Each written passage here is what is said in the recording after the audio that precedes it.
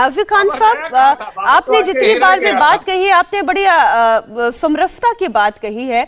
आज के वक्त में जब इतना पुनीत कार्य हुआ, इतना शुभ कार्य हुआ, और ऐसा नहीं है कि केवल एक पक्ष को मद्देनजर रखते हुए मैं ये बात कह रही हूँ, कई मुस्लिम भाइयों से मैं ये सुनते आ रही हूँ कि एक विवाद खत्म हो गया, संवैधानिक दृष्टि से ये खत्म हुआ, और आज वहां पर भव्य राम मंदिर का अगर निर्माण हो रहा है तो इसमें हमें भी खुशी है, क्योंकि केवल मंदिर का निर्माण नहीं, पूरे उस इलाके का निर्माण हो रहा है। टूरिज्म आएगा, रोजगार बढ़ेगा और बहुत सारे अवसर खुलेंगे। इसके बावजूद भी इतनी नकारात्मकता। देखिए मैडम, बात यह है कि जब सुप्रीम कोर्ट का फैसला आया, नहीं बल्कि राष्ट्र मंदिर बोला है उन्होंने, जब सुप्रीम कोर्ट का फैसला आया, सुप्रीम कोर्ट के फैसले को हिंदुस्तान के हिंदू मुसलमान सारों ने माना। इसमें ऐसा कहीं नहीं है कि मुसलमानों ने उसका विरोध किया था। बात यह है कि बाबरी मस्जिद, लेकिन आज डॉक्टर अब्दुल कह रहे हैं ना, आपके सामने कह रहे हैं, वो ये कह रहे हैं मस्जिद थी, रहेगी। ये देखिए, वो आस्था की बात है जी। जैसे कि इनकी आस्था थी, पिछले 500 साल से ये कहते हैं कि हमारी आस्था थी और वहाँ राम जी थे, उनका जन्म हुआ था। मैं कह रहा हूँ कि एक डायरेक्टर थे आनंद जी, उन्होंने फिल्म बनाई थी राम के ऊपर। तो जब अयोध्या गए थे, मैं बार बार इसको कई बार दोहरा चुका हूँ, तो जब राम के ऊपर उन्होंने रिसर्च की तो अयोध्या के अंदर 50 राम के मंदिर मिले, और हर मंदिर का पुजारी ये कह रहा था कि राम की यहाँ ही जन्म हुआ।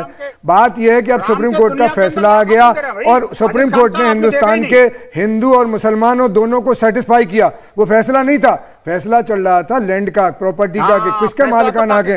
लेकिन सुप्रीम कोर्ट क्योंकि चाहता था, और सरकार चाहती थी हिंदुस्तान की, कि ऐसा कोई मामला हो जाए जिससे हिंदू और मुसलमानों के बीच में नफरत न फैसे, दरार न फैसे। मैं बंसल जी आपके बारे में नहीं बोल रहा था।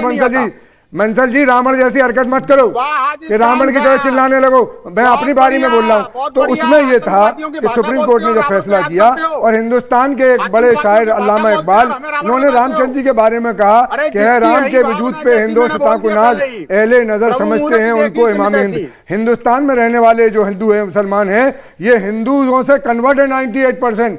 ऐसे ये कह रहे हैं कि पूर्वज हो सकते हैं, कि राम भी हिंदू, हमारे मुसलमानों के भी पूर्वज हों, लेकिन इस्लामिक उसके थॉट के एतबार से, जैसे डॉक्टर साहब कह रहे हैं कि जब कोई किसी जगह जबरिया किसी जगह मस्जिद पर कब्जा करके मस्जिद नहीं बनी जाएगी। इस्लाम इस बात की इजाजत नहीं दे सकता, किसी की जमीन को हड़प कर नहीं बनाई जाएगी। लेकिन अगर कोई मस्जिद बनी हुई है, और जो मस्जिद है वो सातों जमीन और सातों आसमान तक, कयामत तक मस्जिद रहेगी, ये थॉट है इस्लामिक एतबार से। उसको डॉक्टर साहब ने रिपीट किया।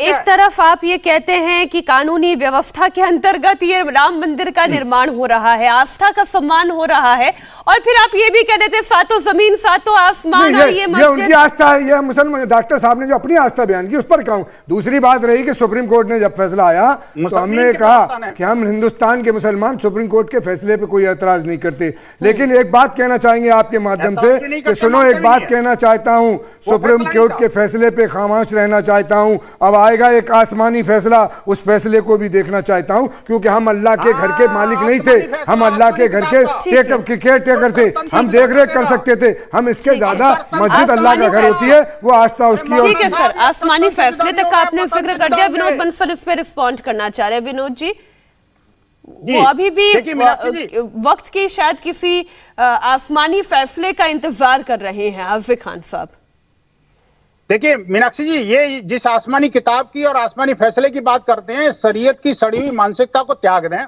अब सर तन से जुदा नहीं होगा, आप वतन से जुदा होंगे। ऐसे लोग जो लोग सर तन से जुदा की बात करते हैं, जैसी हरकत मत करो। आप याद रखना, ये शरीयत है, 1500 साल से है, क़यामत तक रहेगी। ये ऐसे नहीं है कि कानूनों के एतबार से बदल जाए। तो आज कोई बादशाह है तो उसकी कहने लगे, कल आए कोई दूसरा बादशाह उसकी कहने लगे, ऐसा नहीं है सर। ये तो कानून है, संविधान है, वो भी एक इस्लाम, और वो क़यामत तक फॉलो से आपका कोई रिश्ता नहीं है।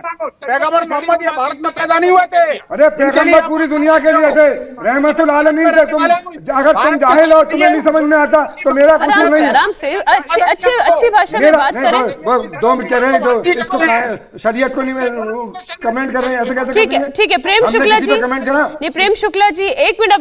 डॉक्टर अब्दुल की हरकत मत करो। रावणों की बस्ती में राम मस्जिद और मंदिर से रिश्ता कितना प्यारा है। मुश्किलें जब आई हैं, दोनों को पुकारा है। राम भी हमारा, रहीम भी हमारा, हम तो ये कहते हैं। ये देखिए प्रेम शुक्ला जी, हाफिज खान साहब कहते हैं राम भी हमारा है, रहीम भी हमारा है, लेकिन फिर वो ये भी साथ साथ कहते हैं कि ये हमारी भी आस्था की बात है, कोई आसमानी फैसले की वो बात करते हैं। उन्होंने कहा था कि हमारे हक में बस इतना था और हमारे हैसियत में इतना था कि हम केवल रख रखाव कर पाते, वो हमसे नहीं हो पाया, ये हमारी कमी रह गई। देखिए ऐसा है, वहां पर भव्य दिव्य राम मंदिर का निर्माण हो रहा है। अयोध्या क्या पूरे भारत के किसी कोने में बाबर नाम के आक्रांता, बलात्कारी, बर्बर, क्रूर व्यक्तिका के नाम पर किसी प्रकार का कोई स्मारक नहीं बन सकता। मस्जिद की बात तो दूर है, उसने मस्जिद की बात तो दूर है, अरे लड़कों पुरुषों का बलात्कार करता था, खुद ही उसने बाबरनामा में लिखा हुआ है, पढ़ लेना बाबरनामा, एक बार पढ़ लेना, आपको उपलब्ध हो जाएगा किसका बलात्कार किया, आपको ध्यान आ जाएगा। अगर आपने बाबरनामा नहीं पढ़ा है तो पढ़ के आ जाइए। डॉक्टर अब्दुल, मैं बाबरनामा का आपको जिक्र कर रहा हूँ, अब बाबरनामा के पन्नों का भी जिक्र कर दूंगा मैं आपको। करिए ना, कानून की बात कर रहा हूँ, सीखना तो नहीं है भाई। प्रेम शुक्ला जी, मुझे कुत्ता बिल्ली की तरह बात नहीं करना है। मैं तो अपनी बात जो है बाबरनामा को आपके सामने रखकर कह रहा हूं। बाबर एक बलात्कारी था, बाबर क्रूर था। कितने साल हुकूमत करी, जवाब देना देश को। अरे कितने साल हुकूमत करी भारत में? अरे एक सवाल का जवाब दो भाई साहब। बाबर के नाम प्रेम शुक्ला जी, झूठ बोलकर तो तुमने और डॉक्टर अब्दुल आपकी 2 पीढ़ियां ये बताओ क्या साल हुकूमत की बाबर में, क्या साल हुकूमत की देश को बताओ। अरे अब प्रेम शुक्ला जी की बात पूरी हो जाए फिर वो आ जाएंगे, नहीं वो आ जाएंगे, मैं आपके पास आ जाऊंगी। क्या बोलेंगे, इनको बाबर के अलावा कुछ याद ही नहीं है, इनके दिमाग में भी आपकी बाबर सवार है। औकात हो तो बाबर के नाम की एक ईंट अयोध्या में ले आओ, आपको पता लग जाएगा राम की शक्ति क्या है, संविधान की शक्ति क्या है। 500 साल ये तू तड़ाक मत कर, सूरों की भाषा में बात मत कर, मैं अच्छी भाषा में बात कर रहा हूँ, गटर वाली भाषा मत बोल। तुम्हारी बदतमीजी मैं बहुत दिनों से सुनता हूं। तेरी जबान कंट्रोल कर। ये देखिए डॉक्टर अब्दुल भाषा मत बोल। प्रेम शुक्ला जी प्लीज, डॉक्टर अब्दुल, प्रेम शुक्ला जी, ये तू तड़ा की भाषा नहीं अच्छी लगती। अरे एक मिनट हाफिज खान जी, बस एक मिनट, तू तड़ा की भाषा बिल्कुल नहीं चलेगी।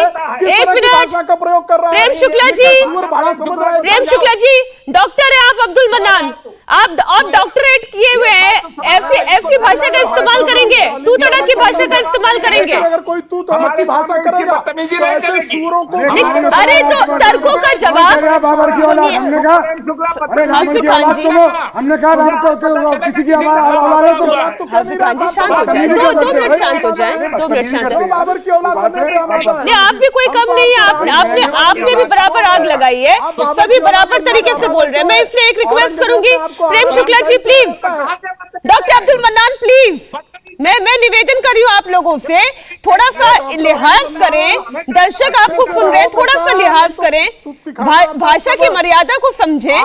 दर्शक आपको सुन रहे हैं, अपनी अपनी पॉलिटिकल पार्टियों के प्रवक्ता हैं, क्या मैसेज जाएगा? बात करने का सलीका नहीं आता, बदतमीजी नहीं करना, मैं बता रहा हूँ प्रेम शुक्ला। अरे अब्दुल मन्नान जी, कान में आवाज पड़नी बंद हो गई है क्या? मन्नान साहब, कान में आवाज पड़नी मेरी बंद हो गई है क्या? तू तड़ाक की भाषा कोई नहीं करेगा यहाँ पर, कोई नहीं, मतलब कोई नहीं करेगा, तू तड़ाक की भाषा कोई नहीं करेगा। आपको उनकी कोई बात पसंद नहीं आती, आप अपने समय पे जवाब दें।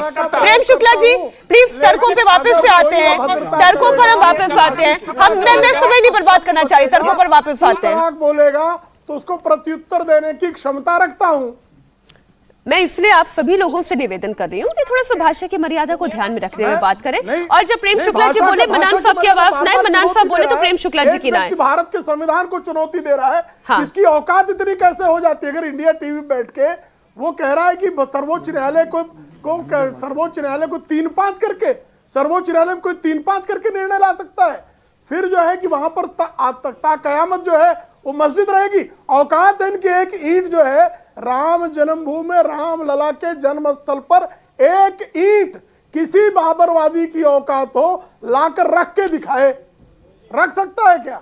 ठीक है, मैं यहीं पे इसी के साथ में एक छोटे से ब्रेक के लिए रुक रही हूँ और एक बार फिर से मैं ये रिक्वेस्ट करूंगी कि सब लोग अपनी अपनी भाषा का मर्यादा का ख्याल रखें। सब सम्मानित लोग हैं, अच्छी पॉलिटिकल पार्टीज के प्रवक्ता हैं, थोड़ा सा भाषा की मर्यादा का ख्याल रखें। इंडिया टीवी हर वक्त हर जगह डाउनलोड करने के लिए सर्च करें India TV news Google play store या ऐप स्टोर पर।